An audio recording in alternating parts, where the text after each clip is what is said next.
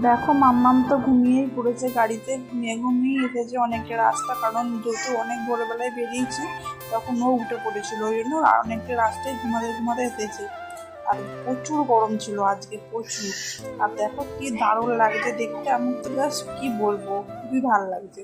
তা কোলাঘাটে এসে পৌঁছালাম, ট্রেন টিফিন করার জন্য নেমেছিলাম, যেহেতু সকালবেলা বেরোনো হয়েছে, কিচ্ছু খাওয়া হয়নি, ওই জন্য ভাবলাম একটু দাঁড়িয়ে টিফিনটা করে নিই। আর চুলের অবস্থা তো হাওয়ায় পুরো এলোমেলো হয়ে গেছে। তো চলো এবার একটু টিফিন করা যায়। আর দেখো এখানটায় কি সুন্দর, এত সুন্দর সুন্দর গাছে কি সুন্দর সুন্দর ফুল, দারুণ লাগছে দেখতে, তাই তোমাদের সাথে শেয়ার করলাম। তোমরা কিন্তু জানিও যে কেমন লাগছে। কি সুন্দর, দেখো কত রকমের গাছ, যে গাছগুলো কোনোদিন হয়তো দেখিনি আমি। প্রচুর সুন্দর সুন্দর গাছ, দেখো নার্সারি আছে ভেতরে, অনেকটা বড়, অনেক ধরনের গাছ আছে। দেখো এখানে নারকেল ঝুলছে, নারকেল গাছ, এটা অনেক